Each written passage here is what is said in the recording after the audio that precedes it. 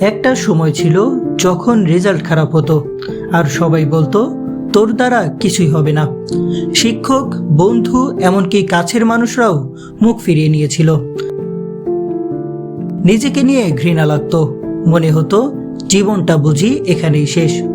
কিন্তু একদিন এক চরম অপমান তাকে বদলে দিল।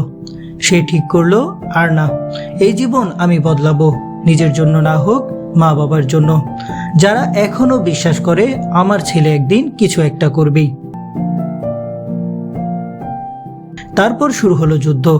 ঘুমবাদ, আরামবাদ, রাতের পর রাত শুধু পরিশ্রম আর শেখার চেষ্টা। দিনের বেলা সে পার্ট টাইম চাকরি করত, রাত জেগে স্কিল শিখত। আস্তে আস্তে নিজের একটা ছোট্ট বিজনেস দাঁড় করালো।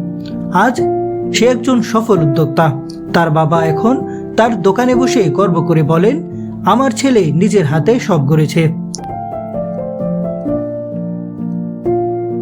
ভাই, তুমি যদি এখন কষ্ট সহ্য করো, তাহলে ভবিষ্যতে হাজারটা মুখ তোমাকে দেখে হাসবে। জীবন একটাই, আজ তুমি যদি নিজেকে না বদলাও, কাল তুমি আবার একই জায়গায় থাকবে।